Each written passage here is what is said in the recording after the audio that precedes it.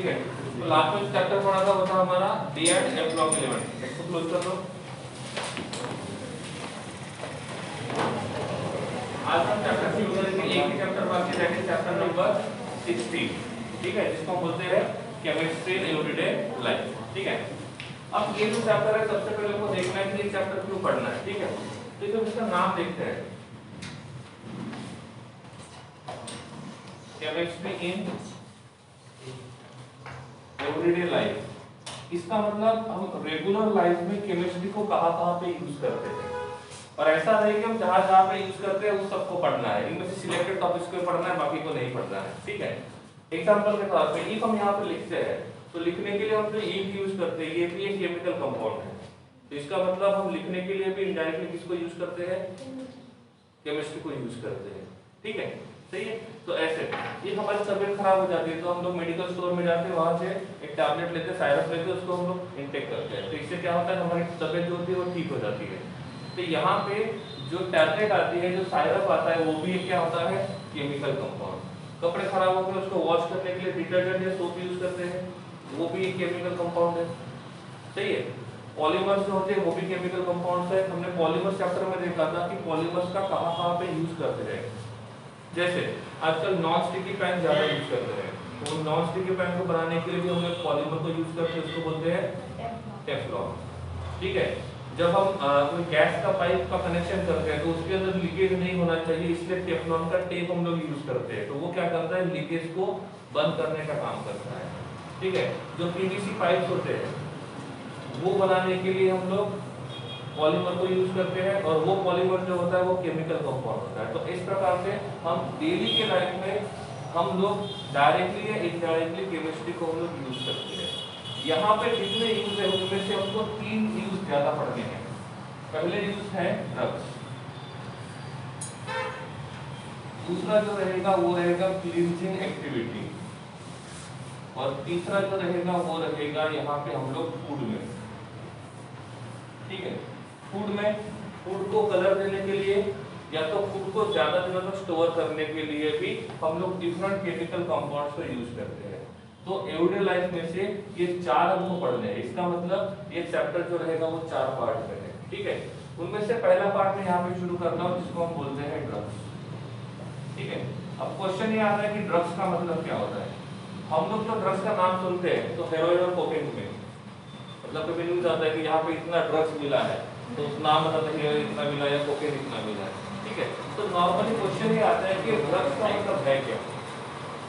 तो ड्रग्स के type of chemical compound, ये एक केमिकल कंपाउंड है।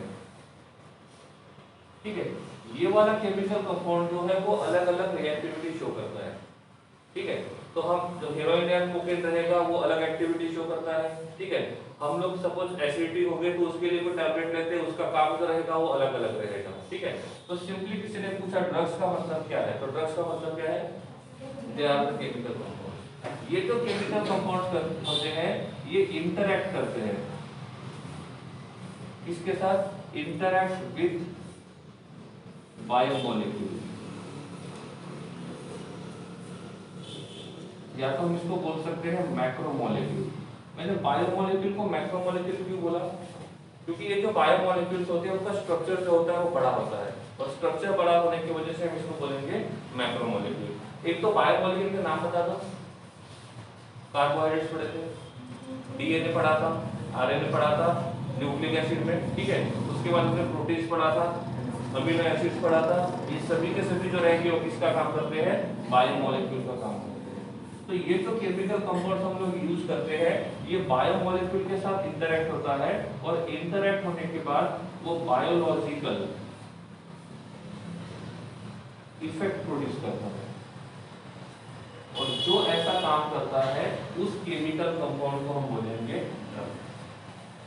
समझ में आ रहा है। तो एक किसी ने पूछा what is the meaning of drug, तो क्या बोलेंगे हम लोग, एक drug is a chemical compound which interact with biomolecules और macromolecules and which form the biological effect। Simple सी बात करते हैं, अल्कोहल, जो अल्कोहल कंज्यूम करते हैं अभी वो नॉर्मली स्टेबल है, alcohol is a chemical compound, जब वो इसको इंटेक करते हो तो बायोमोलेक्यूल के साथ इंटरैक्ट करता है और रिस्पॉन्स करेगा। कभी कभी वो रिस्पॉन्स अच्छा होता है, कभी कभी वो रिस्पॉन्स बुरा भी होता है। ठीक है, तो इसका मतलब एल्कोहल जो रहेगा वो किसका काम कर रहा है, यहाँ पे किसका काम कर रहा है, ड्रग्स का काम कर रहा है। ठीक है, सपोज हमारी बॉडी में कहीं पे पेन हो रहा है, ठीक है, मतलब जहाँ पे पेन हो रहा है तो उस पेन को कम करना है। पेन को कम करना है मतलब बायोलॉजिकल इफेक्ट प्रोड्यूस करना है, कौन सा, पेन को कम करने वाला। तो इसके लिए हमने ड्रग्स लिया, मतलब इनडायरेक्टली टैबलेट ली हमने। वो टैबलेट जो रहेगा वो किसका काम है, वो केमिकल कंपाउंड क्या करेगा, बायोमोलेक्यूल के साथ इंटरेक्ट करेगा। ये बायोमोलेक्यूल के साथ कैसे इंटरेक्ट करेगा वो आगे जाके हम लोग पढ़ेंगे। और वो क्या करेगा, ऐसा बायोलॉजिकल इफेक्ट प्रोड्यूस करेगा जिसकी वजह से पेन तो होगा लेकिन हमको महसूस नहीं होगा। तो इसको बोलते हैं पेन किलर्स। ठीक है, तो pain killers is a type of drug. ठीक है, तो ड्रग का definition, drugs are the chemical compounds which interact with biomolecules and produce a biological effect and that is called as drugs. ठीक है, और किसी भी डिसीज को क्योर करने के लिए, किसी भी डिसीज को क्योर करने के लिए हम जब किसी केमिकल कंपाउंड को यूज करते हैं तो उस प्रोसेस को कहा जाता है कीमोथेरेपी। नॉर्मली हम लोग ऐसा बोलते हैं कि कीमोथेरेपी का मतलब होता है कैंसर से रिलेटेड, लेकिन ऐसा नहीं है। Chemotherapy is a general concept.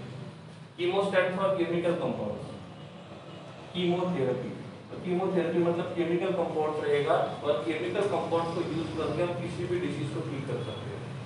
ठीक है, मतलब कहीं पे पेन है या कहीं पे फीवर है तो उसको ठीक करना है, तो ठीक करने के लिए हमने केमिकल कंपाउंड को यूज किया।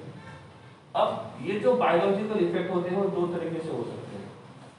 कौन से, या तो इससे होने वाला जो इफेक्ट है वो यूजफुल है, या तो इससे होने वाला जो इफेक्ट है वो कैसा है, हार्मफुल है।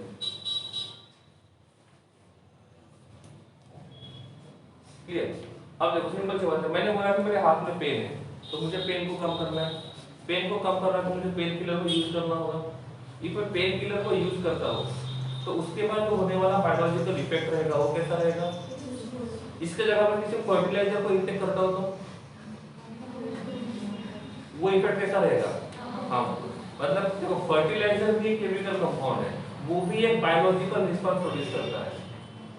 जो मैंने पेन किलर्स का जो ड्रग यूज किया है वो भी एक केमिकल कंपाउंड है और वो भी केमिकल कंपाउंड क्या करेगा, बायोलॉजिकल इफेक्ट प्रोड्यूस करेगा। तो डिपेंड करता है कि वो बायोलॉजिकल इफेक्ट किस प्रकार का है, इफ वो यूजफुल होता है या तो हार्मफुल। इफ वो इफेक्ट यूजफुल है तो इसको कहा जाएगा कि ये मेडिसिन का काम करेगा। इसका काम करेगा मेडिसिन का। और इफ ये इफेक्ट हार्मफुल प्रोड्यूस करेगा तो ये काम करेगा पॉइजन का। ठीक है, तो ड्रग ये जनरल कांसेप्ट। तो पॉइजन जो रहेगा वो भी एक ड्रग है और मेडिसिन जो है वो भी एक ड्रग है। तो कभी कभी मेडिकल स्टोर के ऊपर ड्रगिस्ट लिखा जाता है, इसका मतलब उनके पास दोनों होते हैं, डिपेंड करता है हमको क्या चाहिए। ठीक है, तो इफ वो यूजफुल इफेक्ट शो करेंगे तो मेडिसिन और हार्मफुल करेंगे तो पॉइजन। अब किसी पर्टिकुलर डिसीज में ऐसी कंडीशन आती है कि पेशेंट को नींद नहीं आती, हो सकता है पेन की वजह से, तो उस टाइम पे उसको नींद आनी चाहिए, तो डॉक्टर क्या करता है, स्लीपिंग पिल्स देता है। तो उसने बोला है कि एक दिन में एक ही लेना ही लेंगे रात को, मतलब खाना खाने के बाद रात को। ठीक है, तो यहाँ पे जो केमिकल दिया उसने स्लीपिंग पिल्स का, स्लीपिंग पिल्स के अंदर केमिकल कंपाउंड है, वो क्या करेगा, बायोलॉजिकल इफेक्ट करेगा और उससे क्या होगा, उसको नींद अच्छी आ रही है, मतलब इसका मतलब वो यूजफुल है, हार्मफुल हो गया। तो इस टाइम पे वो स्लीपिंग पिल्स है वो किसका काम कर रहा है, मेडिसिन। इसका काम कर रहा है मेडिसिन। ठीक है, हमारे बॉडी में इन्फेक्शन हुआ तो हमको क्या करना है, इन्फेक्शन को कम करना है। सपोज थ्रोट में इन्फेक्शन हो गया तो हम दुकान में जाते हैं या किसी डॉक्टर के पास जाएंगे तो जो टैबलेट लिख के देते हैं उसमें एजिथ्रोमाइसिन होता है। तो एजिथ्रोमाइसिन क्या करता है, इन्फेक्शन को कम करता है। तो उस टैबलेट को खाया हमने तो टैबलेट के अंदर केमिकल कंपाउंड है और ये केमिकल कंपाउंड इन्फेक्शन को कम कर रहा है, अच्छी बात है। तो इसका मतलब यहाँ पे जो एजिथ्रोमाइसिन का टैबलेट है वो किसका काम कर रहा है, मेडिसिन का। अब पहला एग्जांपल लेते हैं स्लीपिंग पिल्स वाला। ठीक है, तो वो भी किसका काम कर रहा था, मेडिसिन का। अब हमारी बॉडी में पेन है और किसी ने दूसरा फर्टिलाइजर दे दिया जो हमारे किसी काम का नहीं है और वो हमारे बॉडी में जाएगा तो पॉइजन का काम करेगा। कुछ लोग सुसाइड करने के लिए ऐसा भी करते हैं, रेड किलर खा लेते हैं, मतलब उनका जो होने वाला इफेक्ट है वो कैसा होता है, हार्मफुल होता है। ठीक है, इससे तो मरते वरते नहीं, कुछ देर के लिए। ठीक है, तो ये हो गया हार्मफुल। अब दूसरी बात, कभी कभी न्यूज में ऐसा आता है कि किसी ने सुसाइड किया, सुसाइड करने के लिए स्लीपिंग पिल्स का बहुत ज्यादा इंटेक कर लिया।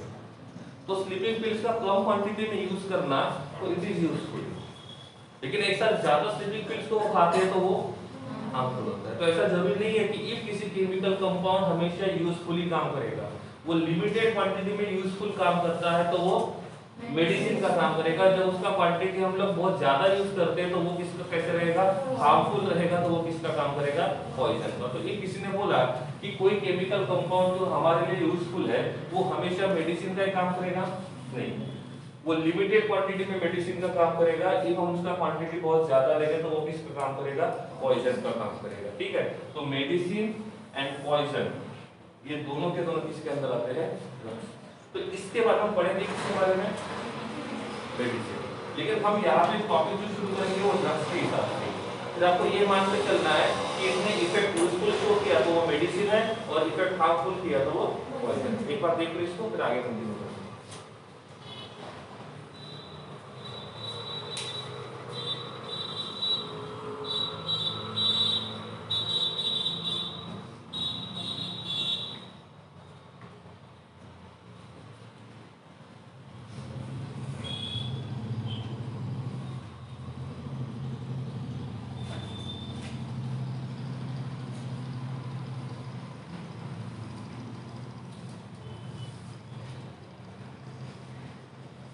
ठीक है, अब यहाँ पे हमने जो ये ड्रग्स देखे थे, अब देखना है कि ड्रग्स का क्लासिफिकेशन कैसे करेंगे।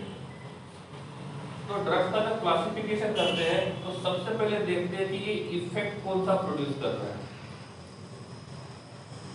अब देखो क्लासिफिकेशन करने के लिए हम अपने अपने हिसाब से क्राइटेरिया रख सकते हैं। अभी मैंने मतलब स्कूल ने बोला कि आपको बच्चों को क्लासिफाई करना है 4 या 5 ग्रुप में, तो क्लासिफिकेशन करने के क्राइटेरिया अलग अलग हो सकते हैं, हाइट के हिसाब से, वेट के हिसाब से, 10th के मार्क्स के हिसाब से, मार्क्स के हिसाब से, या तो 11th के मार्क्स के हिसाब से। तो क्राइटेरिया हर किसी का अलग होता है। किसी ने बोला कलर के हिसाब से करो तो लोग होता है, जो गोरा दिख रहा है वो एक साइड में, काला दिख रहा है वो एक साइड। तो क्राइटेरिया हम अपने हिसाब से कर सकते हैं, वो डिपेंड करता है कि जिसको क्लासिफिकेशन करना है उसके मन में क्या चलता है। ठीक है, तो वैसे ही इन ड्रग्स का जब क्लासिफिकेशन करते हैं तो कुछ लोग क्या करते हैं, उनके इफेक्ट की वजह से क्लासिफाई करते हैं। इफेक्ट मतलब वो ड्रग जो रहेगा वो काम कैसे कर रहा है। सपोज ये मान के चलते कि ये किसी के बॉडी में पेन है, तो पेन को कम करने के लिए हमको क्या चाहिए, पेन किलर। तो वो क्या करते हैं, सभी पेन किलर्स को इस कैटेगरी में रखते हैं।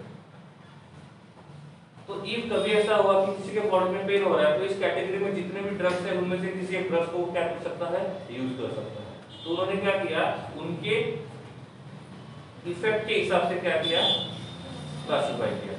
दूसरा हम कैटेगरी यहाँ पे लिख सकते हैं एंटीपायरेटिक ड्रग्स। एंटीपायरेटिक ड्रग तो अब यूज करेंगे जब किसी में क्या होगा, फीवर होगा, पेन कम करना है तो इसको यूज करेंगे, पेन किलर को, और इसको नाम देते हैं एनाल्जेसिक। इनके नाम लिखे। तो एनाल्जेसिक का मतलब होता है जो पेन को कम करेगा, एंटीपायरेटिक का मतलब होता है जो फीवर को कम करेगा। तो इफ किसी के पास बहुत सारे केमिकल्स है तो उनमें से उसने 2 पार्ट में डिवाइड कर दिया। कुछ केमिकल्स ऐसे हैं जो पेन को कम करे, तो उसने बोल दिया कि सभी के सभी किसका काम करेंगे, एनाल्जेसिक का काम करेंगे। कुछ ऐसे हैं जो फीवर को कम करते हैं तो उसको बोल देगा कि वो एंटीपायरेटिक रहेगा। कुछ इन्फेक्शन को कम करेंगे तो इनको बोलेंगे एंटीसेप्टिक। ठीक है, जैसे मैंने एजिथ्रोमाइसिन का नाम बताया, ये किसका काम करता है, एंटीसेप्टिक का। जो डाइक्लोफिनेक आता है वो किसका काम करता है, पेन किलर का। एंटी में इसमें पैरासीटामोल। ठीक है, जब कभी ऐसा होता है हमारे बॉडी में पेन भी है और फीवर भी है, तो जो टैबलेट देते हैं उस टैबलेट में थोड़ा सा पैरासीटामोल होता है, थोड़ा सा डाइक्लोफिनेक होता है, मतलब दोनों के दोनों काम करेंगे। ठीक है, तो यहाँ पे क्लासिफिकेशन इंडिविजुअली देख लेंगे। कभी कभी ऐसा होता है कुछ मेडिसिन जो होते हैं वो दोनों काम करते हैं। सिंपल एग्जांपल, एजिथ्रोमाइसिन एंटीसेप्टिक का काम करता है, इन्फेक्शन को कम करता है। थ्रोट में इन्फेक्शन हुआ है, बोलने में दिक्कत हो रही है, कुछ खाने जाते हैं तो भी दिक्कत हो रही है, तो इस इन्फेक्शन की वजह से बॉडी का टेम्परेचर बढ़ता है। बॉडी का टेम्परेचर बढ़ा मतलब फीवर आ गया है। अब फीवर की वजह से इन्फेक्शन नहीं है, इन्फेक्शन की वजह से फीवर है। अब यहाँ पे फीवर है इसलिए मैंने एंटीपायरेटिक ड्रग्स को यूज किया, पैरासीटामोल दे दिया। तो पैरासीटामोल क्या करेगा, फीवर को कंट्रोल करेगा। अब फीवर को कंट्रोल हुआ, लेकिन कंट्रोल क्या करना था, इन्फेक्शन। इन्फेक्शन जैसे कि वैसे है, लेकिन आपने फीवर को कंट्रोल किया तो आपको थोड़ी देर के लिए ऐसा लगेगा कि फीवर कम हो गया है, लेकिन जैसे इस ड्रग्स का इफेक्ट उतर जाएगा तो आपको फिर से फीवर लगेगा। तो ऐसे टाइम पे आपको ऐसा ड्रग यूज करना है जो किसको कम करे, इन्फेक्शन, क्योंकि इन्फेक्शन की वजह से फीवर है। तो ऐसे टाइप पे हम लोग क्या करते हैं, एजिथ्रोमाइसिन। एक हमने बोला इन्फेक्शन के साथ फीवर है तो वो क्या करता है, ऐसा टैबलेट यूज करने के लिए देता है डॉक्टर, मतलब ये स्पेसिफिकली डॉक्टर्स के लिए ज्यादा काम आता है, मतलब उनको पता होता है कि ये ड्रग कौन से काम का है, ये ड्रग कौन से काम का है, ठीक है। तो ये इससे पता चलेगा। अब उसके बॉडी में इन्फेक्शन है, इन्फेक्शन की वजह से फीवर है, तो वो क्या करेगा, ऐसा टैबलेट देगा जिस टैबलेट में इसका क्वांटिटी ज्यादा हो और इसका क्वांटिटी कम, क्योंकि इसका क्वांटिटी कम क्यों है, क्योंकि इसकी ज्यादा जरूरत नहीं है, हल्का सा फीवर को कंट्रोल करना है, और जैसे ही इन्फेक्शन कम हो जाएगा तो फीवर भी ऑटोमेटिक कम हो जाएगा। तो इस प्रकार से हम उनके इफेक्ट के हिसाब से भी उसको क्लासिफाई कर सकते हैं। कभी कभी ऐसा कहा जाता है कि उनको इनके एक्शन के हिसाब से देखेंगे। एक्शन की बात करता तो मैं यहाँ पे लिखता हूँ हिस्टामाइन, नाम सुना है कभी? हिस्टामाइन क्या करता है? एंटीबॉडी कोएगुलेशन करता है,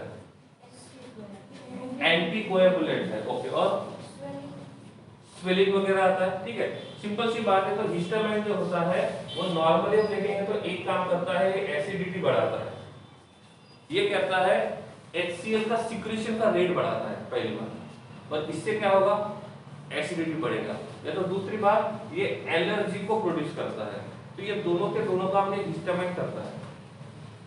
अब हिस्टामाइन को रोकना है, मतलब इफ एसिडिटी हो रही है तो उस एसिडिटी को रोकना है, तो एसिडिटी हो किसकी वजह से रही है, तो सबसे पहले हमको क्या करना पड़ेगा, हिस्टामाइन को रोकना पड़ेगा। तो इस हिस्टामाइन को रोकने के लिए जो ड्रग्स हम यूज करते हैं उनको बोलते हैं एंटी हिस्टामाइन।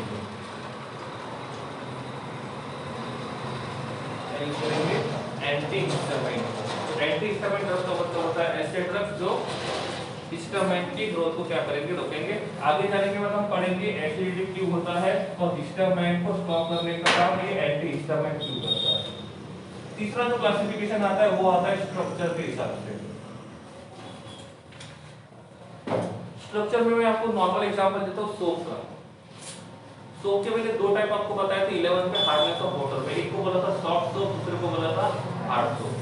दोनों में फर्क क्या होता है, दोनों का जो बेसिक स्ट्रक्चर होता है वो सेम होता है, लेकिन दोनों में जो कटायंस होते हैं उनका क्वांटिटी डिफरेंट होता है। एक होता है पोटेशियम सॉल्ट और दूसरा आता है सोडियम सॉल्ट।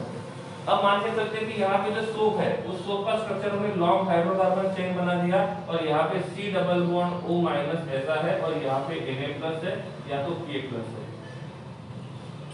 तो इफ हम कटायन को चेंज कर दे तो ये हार्ड से सॉफ्ट और सॉफ्ट से हार्ड बनेगा, लेकिन बचा हुआ जो बाकी का स्ट्रक्चर है वो कैसा है, सेम।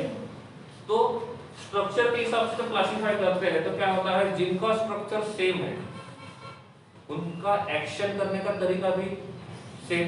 देखो सोप हार्ड रहे या सॉफ्ट रहे, क्लीनिंग एक्टिविटी तो सेम है, कि जो नॉन पोलर पार्ट है उसके साथ ये नॉन पोलर बॉन्ड बनाएगा, ये पोलर हेड जो रहेगा वो वाटर के साथ बॉन्ड बनाएगा और उस इंप्यूरिटी को निकालने में क्या करेगा, हेल्प करेगा। तो चाहे वो हार्ड सोप रहे या तो सॉफ्ट सोप रहे, दोनों का क्लीनिंग करने का जो मैकेनिज्म है वो कैसा रहेगा, सेम रहेगा।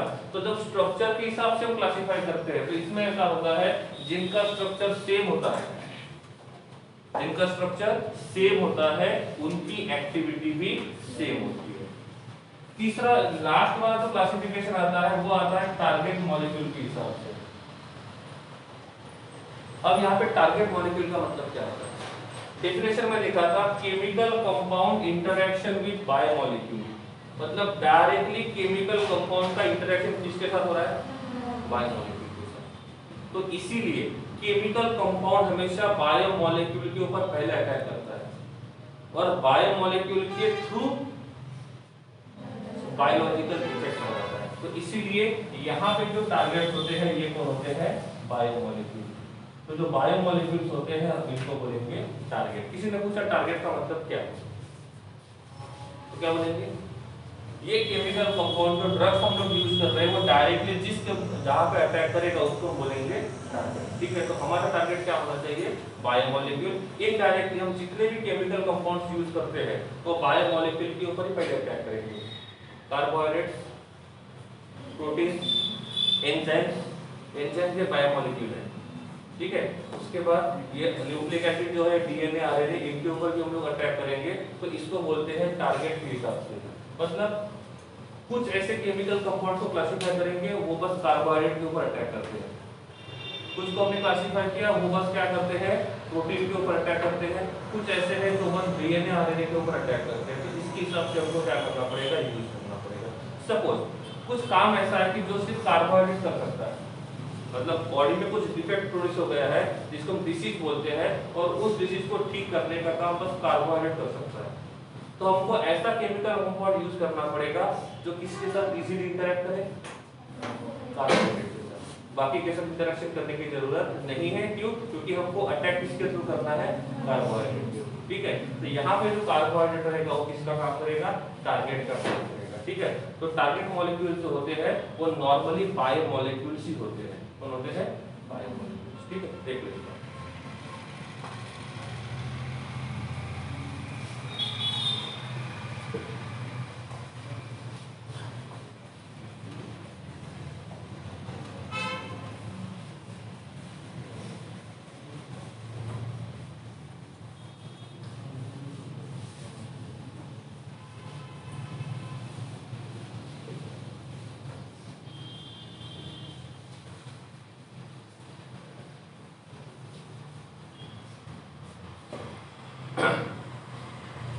नेक्स्ट एक टॉपिक थोड़ा सा रिवाइज करना होगा जिसको हम बोलते हैं एंजाइम।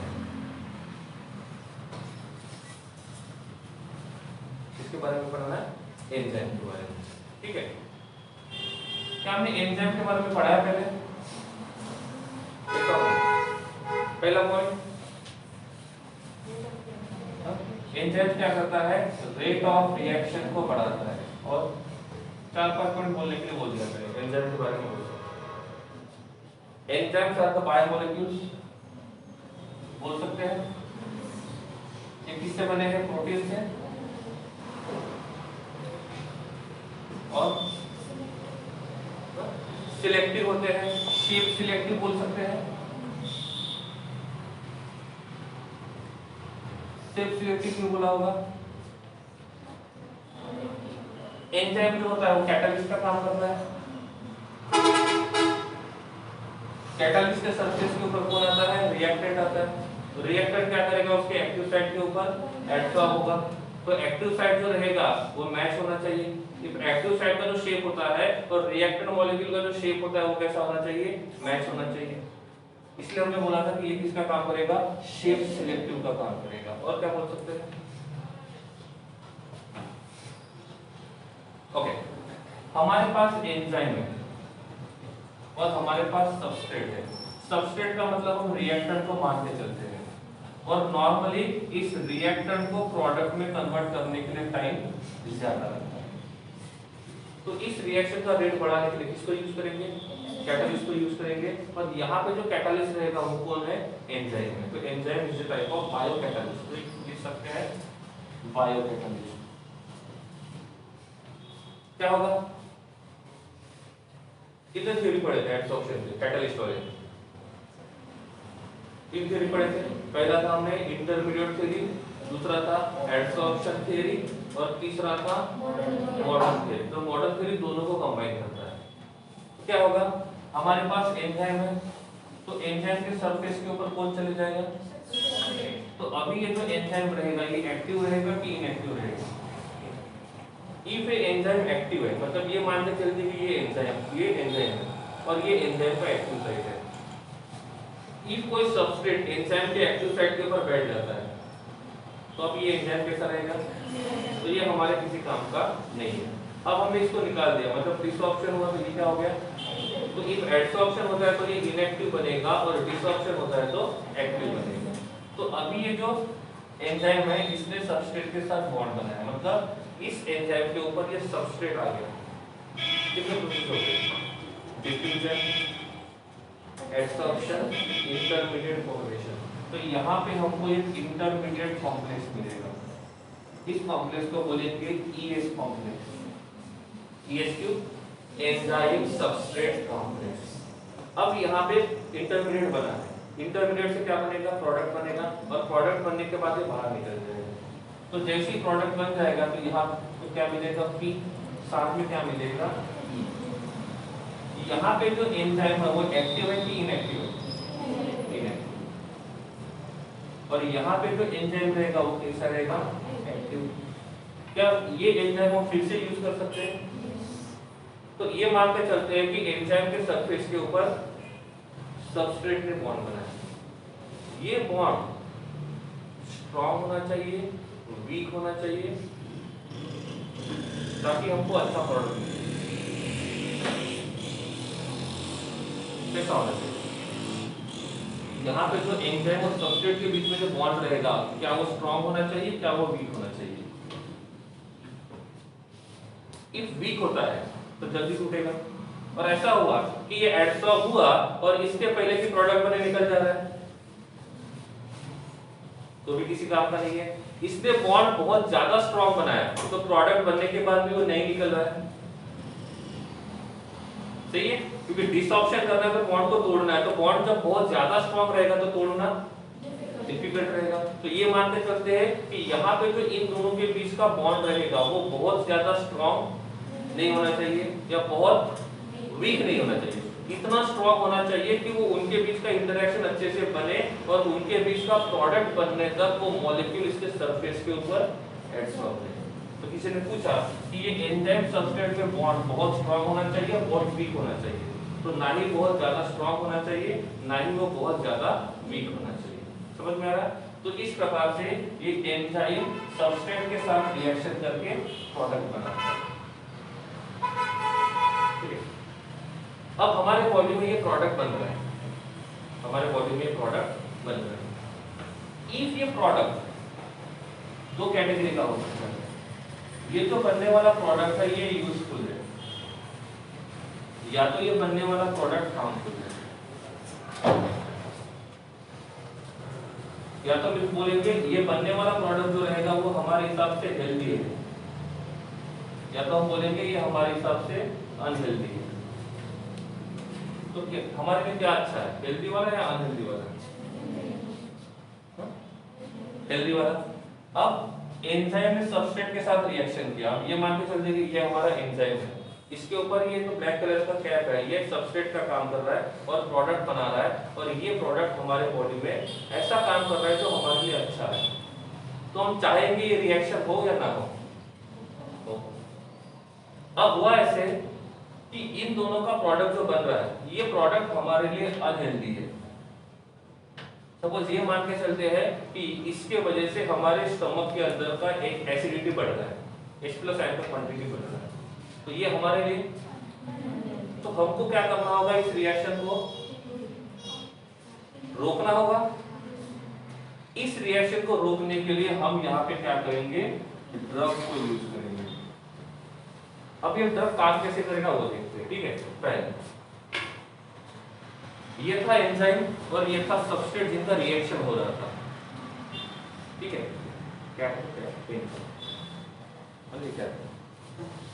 ठीक है।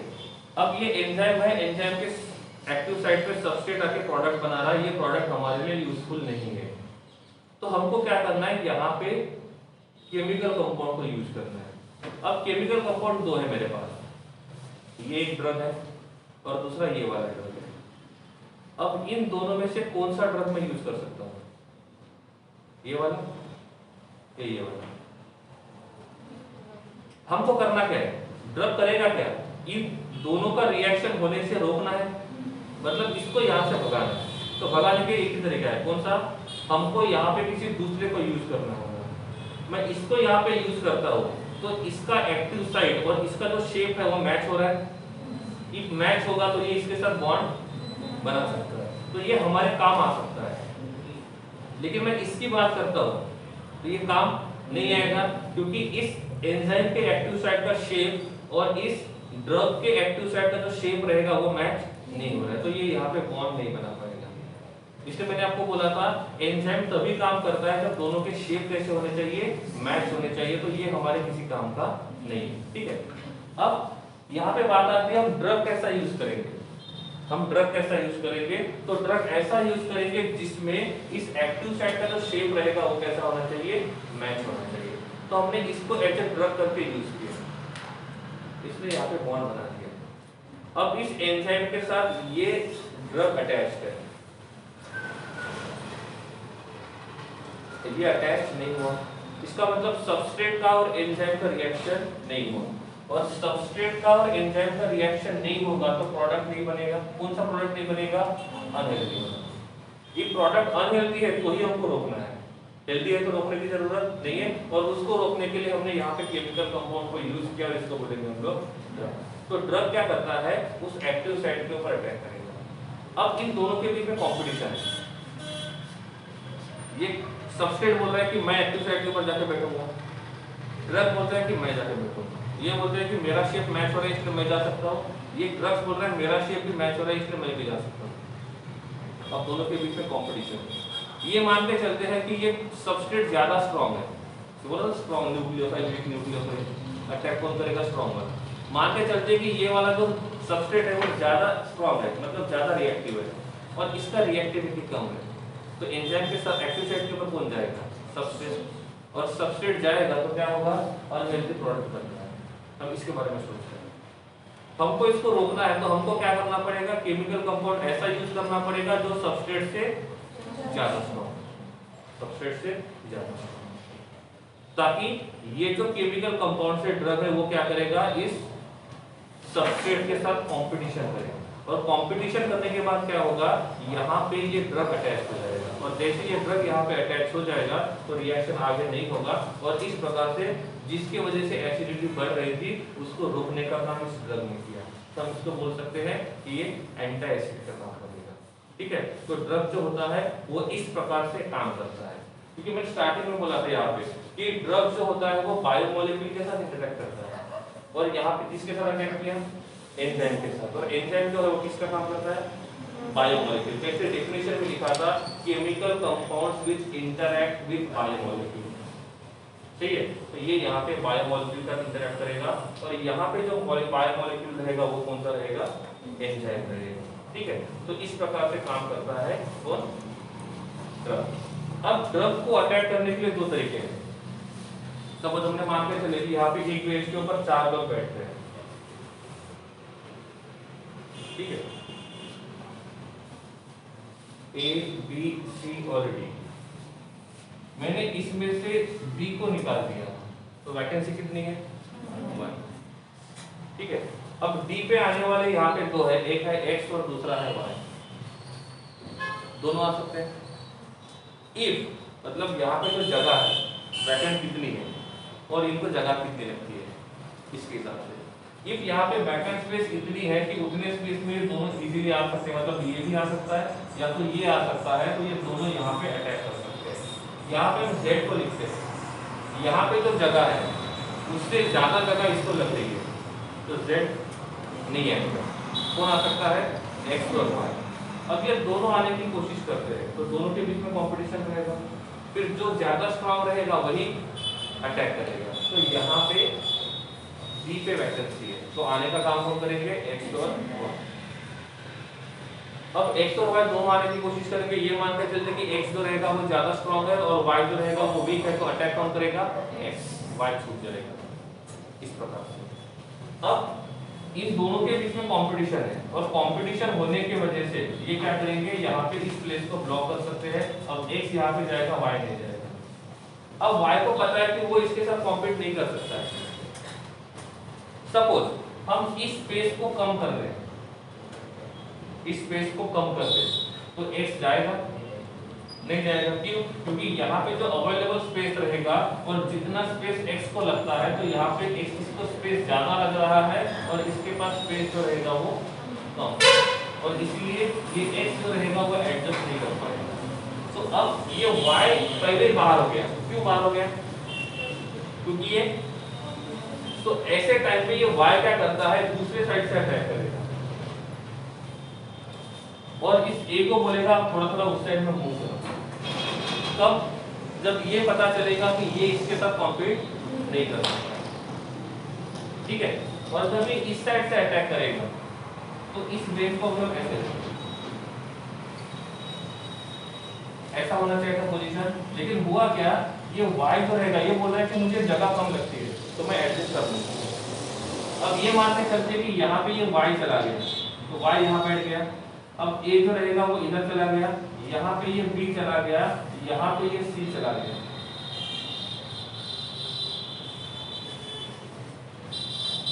ठीक है।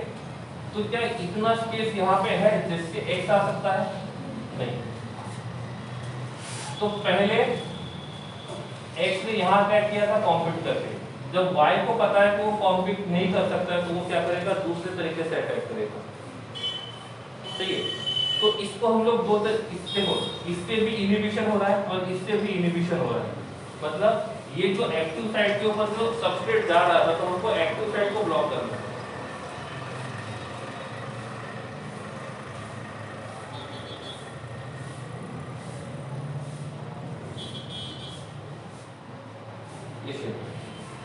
यहाँ पे ये एक्टिव साइड है और यहाँ से जो आने वाला सबस्ट्रेट है इसका एक्टिव साइड ऐसे है,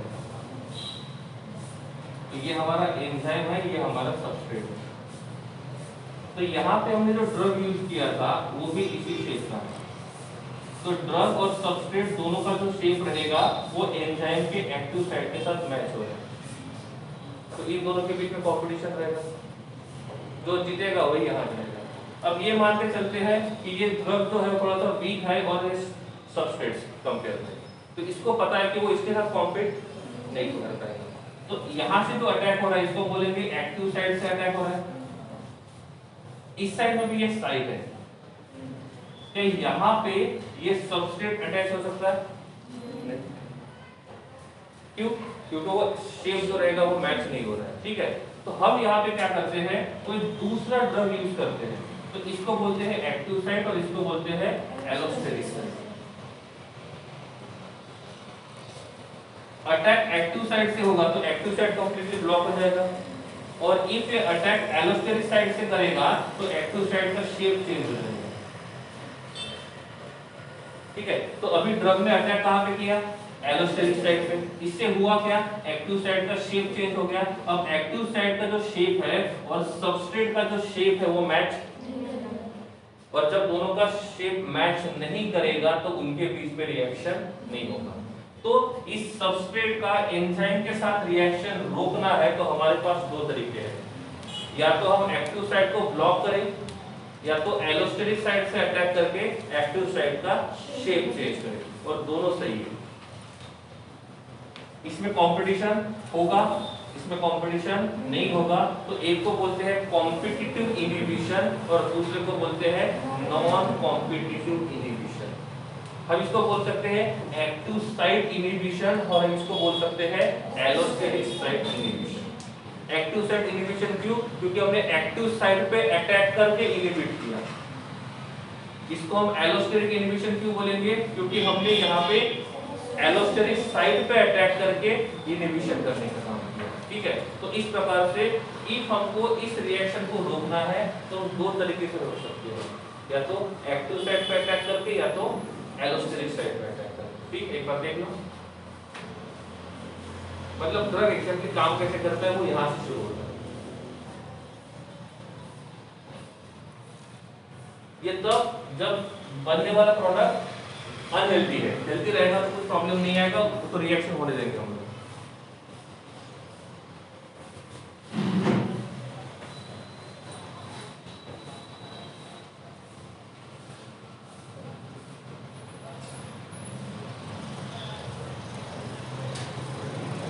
ठीक है, आपने रिसेप्टर का नाम सुना है? बायोलॉजी में रिसेप्टर आया नहीं? नर्व कितने होते टोटल? कितने टाइप के होते हैं? कितने टाइप के होते हैं? तो नर्व्स का काम क्या होता है?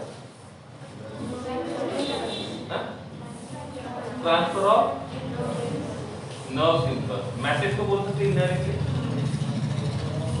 कुछ नर्व्स ऐसे होते हैं जो सेंस ऑर्गन से ब्रेन तक मैसेज पहुंचाते हैं, कुछ ऐसे होते हैं ब्रेन से सेंस ऑर्गन तक, और कुछ दोनों काम करते हैं। आई थिंक एक को बोलते हैं सेंसरी नर्व, एक को बोलते हैं मोटर, और एक को बोलते हैं मिक्स्ड नर्व। सही है?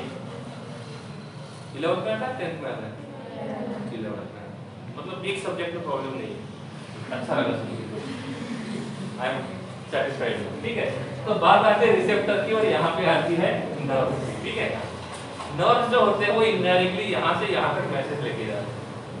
ठीक है, मैसेज ट्रांसफर करने के लिए न्यूरॉन्स को यूज करते हैं। न्यूरॉन्स बोलते हैं ना, बायोलॉजी में तो आपको पता है। तो मान के चलते यहाँ पे न्यूरॉन्स है, न्यूरॉन का कंटीन्यूअस स्टेट होता है, बीच में गैप होता है। उस गैप में से मैसेज ट्रांसफर करने के लिए किसको यूज करते हैं? न्यूरोट्रांसमीटर। ओके, तो न्यूरोट्रांसमीटर जो है वो केमिकल मैसेज को ट्रांसफर करने का काम करते हैं। सपोज मैं बोला कि यहाँ से इधर मुझे मैसेज भेजना है, मतलब यहाँ से चीजें काटना है, ये मैसेज ब्रेन तक पहुँचना है कि यहाँ पे मुझे पेन हो रहा है, अब ये मैसेज यहाँ जाएगा तो ही ब्रेन एक्शन करेगा। अब मैसेज यहाँ जाने के पहले जो दो न्यूरॉन के बीच में जो गैप है, वहां से मैसेज प्रॉपर्ली ट्रांसफर होगा तो ये मैसेज यहाँ तक पहुँच जाएगा। इफ वो मैसेज ही नहीं पहुंचेगा तो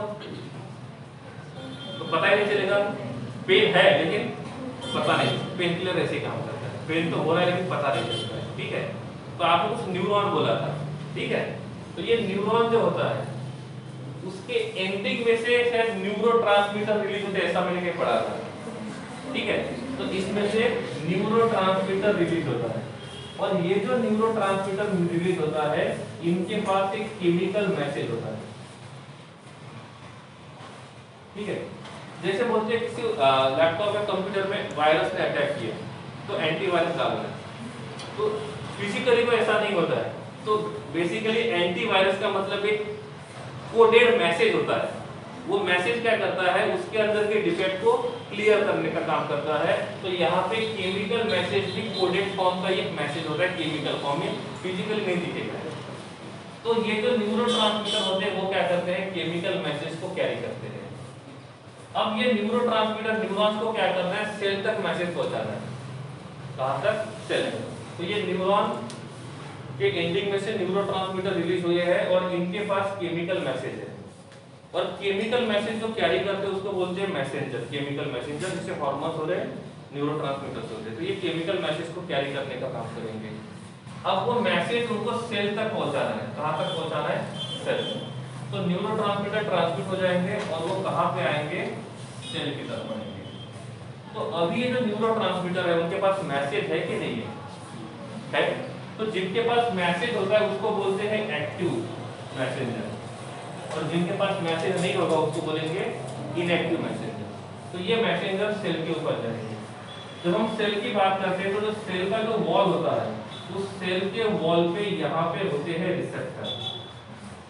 क्या होते हैं? रिसेप्टर। ठीक वैसे ही जैसे अंदर से बाहर जाने का काम ये दरवाजा करता है, तो ये गेट मान करते। ठीक है, तो ये मतलब ये रिसेप्टर जो होता है वो सेल के एग्जैक्टली वॉल पे होता है, embedded in the cell wall. और ये रिसेप्टर जो है it is a type of enzyme, it is a type of, और इस एंजाइम है तो उसके सरफेस के ऊपर एक्टिव साइट भी होता है। अब हमने मान लिया कि यहाँ पे जो रिसेप्टर है इस रिसेप्टर के सरफेस के ऊपर का एक्टिव साइट इस तरीके का है। यहाँ से जो सबस्ट्रेट है वो चार अलग अलग है। ये एक सबस्ट्रेट है, ये दूसरा सबस्ट्रेट है, ये तीसरा सबस्ट्रेट है। ठीक है, और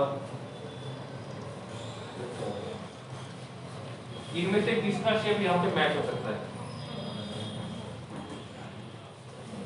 हो सकता है, तो एग्जैक्टली बोलते हैं कि ये इजीली मैच हो सकता है। ठीक है, तो ये तीनों चारों में से इस एक्टिव साइट के ऊपर कौन अटैक करेगा? ठीक है, इसका मतलब रिसेप्टर जो रहेगा ये भी शेप सिलेक्टिव होता है। जैसे एंजाइम शेप सिलेक्टिव होता है वैसे रिसेप्टर जो रहेगा ये भी शेप सिलेक्टिव रहेगा। तो जैसे न्यूरोट्रांसमीटर से केमिकल मैसेंजर रिलीज हुआ, ये मैसेंजर सेल तक पहुंचा, तो ये मैसेंजर क्या करेगा, इस सेल के वॉल इस रिसेप्टर के ऊपर एडसॉर्ब होगा। जब ये एडसॉर्ब होगा तो एक्टिव साइट का शेप चेंज होगा या नहीं होगा? पहले एक्टिव साइट थी, अब एक्टिव साइट नहीं है। तो थोड़ी देर के लिए रिसेप्टर जो रहेगा वो कैसा बन जाएगा, इनएक्टिव बन जाएगा, तो एब्सॉर्प्शन हुआ। अब ये जो केमिकल मैसेंजर है उसके पास केमिकल मैसेज है, वो केमिकल मैसेज उसने किसको दिया, रिसेप्टर को। तो रिसेप्टर जो होता है उसका काम होता है इनसाइड का मैसेज आउटसाइड पहुंचाना और आउटसाइड का मैसेज इनसाइड पहुंचाना। तो सेल के अंदर से सेल के बाहर आपको मैसेज भेजना है, तो वो मैसेज भेजने के लिए आपको रिसेप्टर की हेल्प लेनी पड़ेगी, दूसरा ऑप्शन नहीं है। ठीक है, तो ये बाहर जो हमने केमिकल मैसेज भेजा था एक ड्रग के थ्रू, तो वो केमिकल मैसेज रिसेप्टर के थ्रू कहां पे जाएगा, अंदर जाएगा। अंदर जाने के बाद जैसे हमने बोला था एंटीवायरस पर, तो ये जो केमिकल मैसेज रहेगा वो क्या करेगा, इसके अंदर का जो भी डिफेक्ट रहेगा उसको क्या करेगा, सॉल्व करेगा। अब इस ड्रग का काम हो गया, मतलब ये ड्रग इसके सरफेस के ऊपर जाके यहाँ पे बाइंड हुआ था, एब्सॉर्प्शन हुआ था। अब उसका काम हो गया तो वो क्या करेगा, वहां से डिसऑर्प्शन करेगा। डिसऑर्प्शन होने के बाद इस केमिकल मैसेंजर के पास क्या अभी कोई केमिकल मैसेज है नहीं है, तो इसका मतलब यहाँ पे जो केमिकल मैसेज रहेगा, मैसेंजर रहेगा, वो कैसा रहेगा, इनएक्टिव रहेगा। अब इस इनएक्टिव को एक्टिव कैसे करेंगे, ये फिर से किसी न्यूरॉन के पास जाएगा और बोलेगा कुछ मैसेज ट्रांसफर करना है, और इफ ये न्यूरॉन इसको मैसेज देता है तो ये फिर से क्या बन जाएगा, फिर से ये क्या करेगा, उस सेल वॉल के सरफेस के ऊपर आएगा, सेल वॉल के सरफेस का जो रिसेप्टर है उसके साथ क्या करेगा, ये बॉन्ड बनाएगा, उस रिसेप्टर को मैसेज देगा, रिसेप्टर मैसेज अंदर ट्रांसफर करेगा। इसका काम हो गया, वो वहां से बाहर निकलेगा और इनएक्टिव बन गया। तो ये रहेगा उनका प्रोसेस। मतलब ये न्यूरॉन ने जो मैसेज भेजा है कि बॉडी में कहीं पेन हो रहा है, वो अंदर तक जाना चाहिए या तो अंदर से बाहर आना चाहिए। तो पेन किलर क्या होता है, इस रिसेप्टर को पहले से ब्लॉक कर देता है। मतलब क्लास में कुछ प्रॉब्लम है तो यहाँ पे हम लोग किसी खड़ा करते हैं फ्लोर के ऊपर, तो बोला क्लास के अंदर प्रॉब्लम रहेगा तो बाहर बोलना है, तो बाहर का मैसेज क्लास के अंदर भेजना, बाकी कुछ काम नहीं करना है, किसी को बाहर आने के लिए देना है, किसी को अंदर नहीं आने देना है। अब उसने बोल दिया है कि सर क्लास में कुछ प्रॉब्लम है, तो वो मैसेज वहां तक पहुंच गया, सॉल्व करने के लिए मैसेज वहां से आएगा, वो आप क्लास में बोल जो है वो क्लास में बोल देगा, मैसेज प्रॉब्लम सॉल्व हो गया। अब हमने उसको बोल दिया, बिल्कुल कोई कुछ भी बोले क्लास में कुछ बोलना नहीं है, इधर पे पेन किलर का काम हो रहा है, मतलब क्लास में कुछ हो रहा है लेकिन वो बता नहीं रहा। तो बात वही हो गई, तो पेन किलर क्या करता है, इस रिसेप्टर के एक्टिव साइट को ब्लॉक कर देता है, पर जैसे वो रिसेप्टर इस एक्टिव साइट को ब्लॉक कर देगा तो ये जो केमिकल मैसेंजर है, उस केमिकल मैसेंजर का जो मैसेज था वो मैसेज यहाँ तक नहीं पहुंचेगा, तो जो मैसेज का ट्रांसफर था उसको हमने रोक दिया। तो इस प्रकार से काम करता है कोई भी टैबलेट। जैसे पेन किलर का एग्जांपल दे दो, पेन किलर ने क्या किया, मैसेज को ट्रांसफर होने से रोक दिया। ठीक है, तो इस प्रकार से जो ड्रग्स होता है वो क्या करता है, काम करता है। और दो वर्ड्स आते हैं, एगोनिस्ट और एंटागोनिस्ट। क्या होता है,